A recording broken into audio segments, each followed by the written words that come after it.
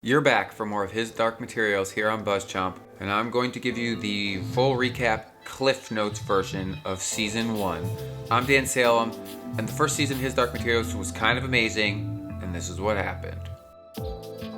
I'm Mandy. I'm Dan. Subscribe to BuzzChomp. Woo! For the most part, the first season of his Dark Materials followed the first book in the original trilogy, but it also mixed in some of Book 2 and some of the backstory that they got in the new trilogy that Philip Pullman wrote. It was like kind of an amalgamation. Definitely stayed true, as far as I can tell, to the books, which is awesome. Lots of surprises here. I was the uninitiated, didn't read the books, so this was all new to me.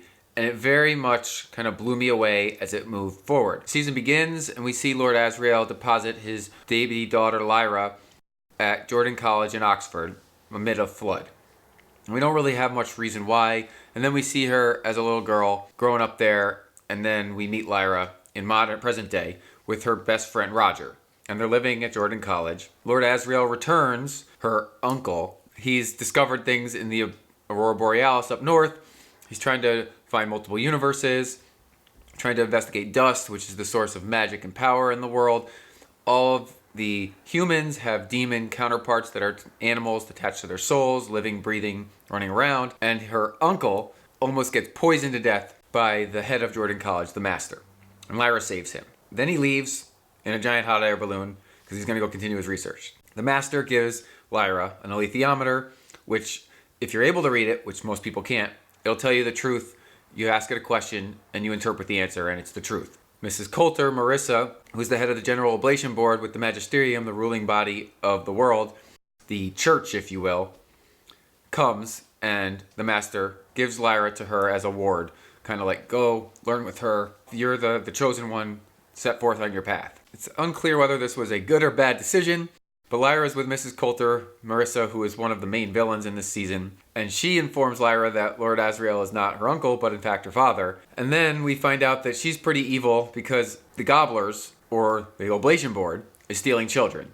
One of the Egyptian children gets stolen, Roger gets stolen, Lyra wants to find Roger.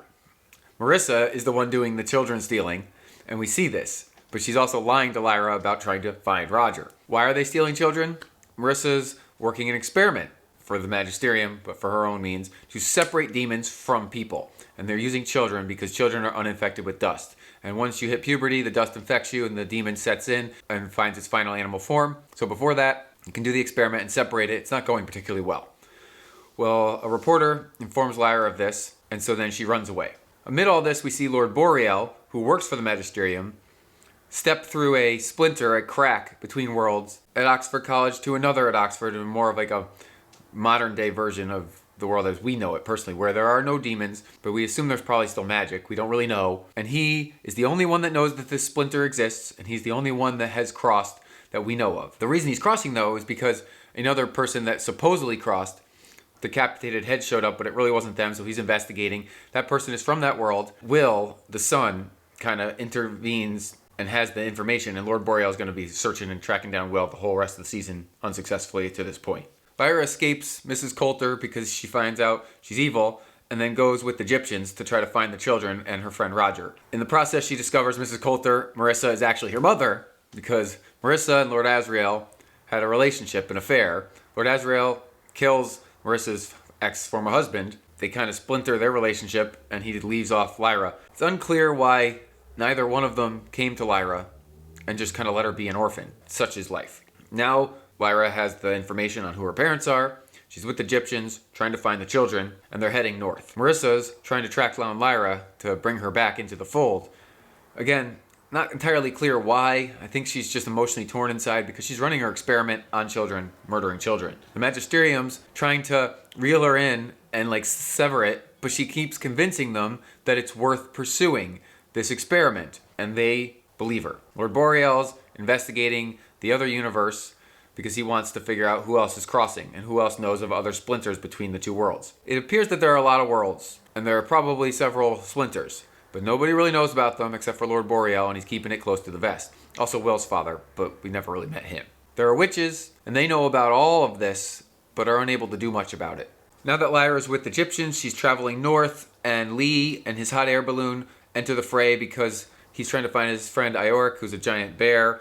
And Lyra meets this bear, and then she helps the bear get his armor back and get free and fight the Magisterium. And then the bear joins her team with the Egyptians, and Lee joins her team with the Egyptians. All the while, Marissa's trying to track them down, sending agents after her, but also going to finish the experiments with the kids. We learn about Iork's backstory with the bears. Marissa goes to the bears, and they have captured Azrael and are holding her on her behalf. So she's going to turn Azrael over to the Magisterium in order to stay in their good graces. It feels like a cluster F of things, and it's because everyone's manipulating everyone, and magic overwhelms the world. But above all, Lyra has an alethiometer, and this is like the most powerful device in the world. And nobody, barely even the Magisterium, can read it very well, let alone in a timely manner. Lyra can ask it a question, read it, and have her answer within a minute or two. It's so amazing, and she's starting to learn to use it, and she's starting to implement it as she goes along on her adventure. As Lyra and the Egyptians get closer to the children being held by the oblation board and Marissa,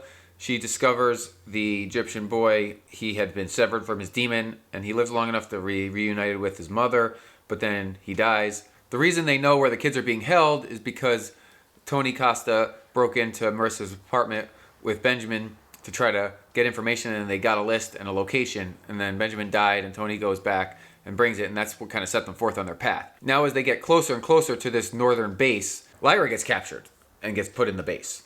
So the Egyptians and the bear, Iork and Lee, and the witches are now trying to go free Lyra from the prison that Marissa and the oblation board have now put her in. But Marissa doesn't know that she's captured her daughter. This is her own, so we learn all about the experiments. Lyra reunited with Roger, and now they want to break out of this prison before they get severed from their demons and basically die or become like zombies. Lyra's about to get severed from her demon. Marissa shows up and saves her, which is kind of cool. So like every evil person, every villain in this show, outside of Lord Boreal, I would add, Hagen has a moment of kindness. Marissa shows kindness towards her daughter. Lord Azrael, who becomes a villain later, but kind of was probably a villain all along, does show glimpses of kindness.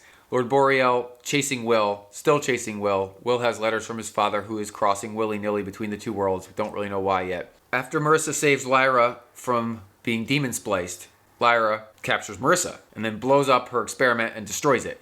Then the Egyptians and the witches and Iork and Lee come in and set all the children free. So the children have been freed. Marissa's experiment with the oblation board is destroyed, but she again convinces the Magisterium that her alone can deliver Azrael to them. So then Marissa is chasing Lyra to Azrael, because Lyra sets forth towards Azrael with Iork and Lee and Roger, and Marissa and the Magisterium set forth towards Azrael with a giant mass of troops.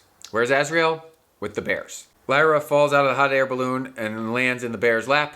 She convinces the current king of the bears to fight one-on-one, mano-a-mano with Iork, and Iork becomes the king. He wins, so he gets his kingdom back. Now, Lyra is going to set forth towards her father, who was really just doing his experiment up north, even though he was captured by the bears. Will is now running Boreal in circles as he finds his own path forward and kind of realizes, crap, my mom's not really crazy. Crap, I gotta do something about this. Crap, I'm getting chased by a crazy man with a snake. Marissa and the Magisterium are heading to stop Lyra and Azrael. Meanwhile, Lyra, continuing to lose the alethiometer, continuing to come into her own. She's still a young girl. While I would expect an adult to use the alethiometer more and maybe be more forward-thinking, I understand she's a child. Her abilities to think big picture are limited, and consequently it gets her into trouble. Finally, her journey of Season 1 pretty much comes to a conclusion as she finds her father, Lord Azrael, in the mountains up north with Roger. The two of them find him, he's experimenting, and he has an evil glint in his eye towards Roger because he needs a child for his experiment. The only way that he can create a bridge between worlds is to sever a demon from a kid. So not only is Marissa running an experiment to sever demons from children, Azrael needs to sever a demon from a kid in order to create enough energy to form a bridge between the two worlds. He doesn't realize that a splinter exists at Jordan College in Oxford. Stupid guy, my opinion. He doesn't realize that there's a splinter existing in the north already. Why didn't he find this out? He's supposed to be a super smart guy. He figured out how to make his own bridge, but he didn't figure out where the existing bridges are. I don't like it. Regardless, he kills Roger. He's a villain, creates a bridge. Lyra's like, oh no, oh my god, my dad. We get a father-mother reunion between Marissa and Lord Asriel. They smooch, but they part ways. That was kind of a given. And Lord Asriel steps through the energy bridge to another world. Lyra follows him through the energy bridge to another world. And Will steps through the splinter at Oxford into seemingly Jordan College. At the very end of the season, our 3 characters, I'll put main in quotes, step through into other worlds. Not exactly clear where they go. I have a feeling that Lyra and Will unite. Not quite sure if Asriel will survive Vanguard into season 2. But those things will be answered in my predictions video to come. First season of His Dark Materials was a roller coaster ride of magic and discovery, and poor Lyra almost died, almost got a family, then lost her best friend, lost her family, and she basically just vanquished herself out of the world. Her life, she knew it, is gone. This was a fun first season. I'm Dan Salem. Those were my cliff notes on what transpired over 8 crazy sci-fi fantasy episodes of His Dark Materials. Comment below if I missed any major plot points.